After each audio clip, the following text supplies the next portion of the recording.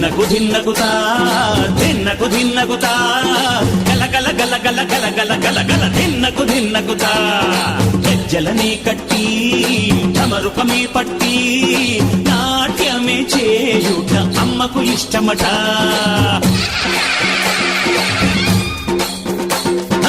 ఊరే ఊగేల ఇయ్యాలి హారతి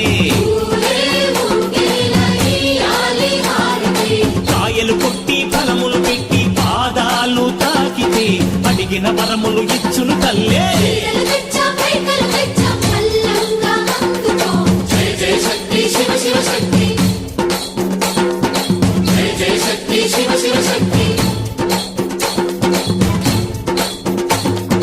కంచిలో కామాక్షి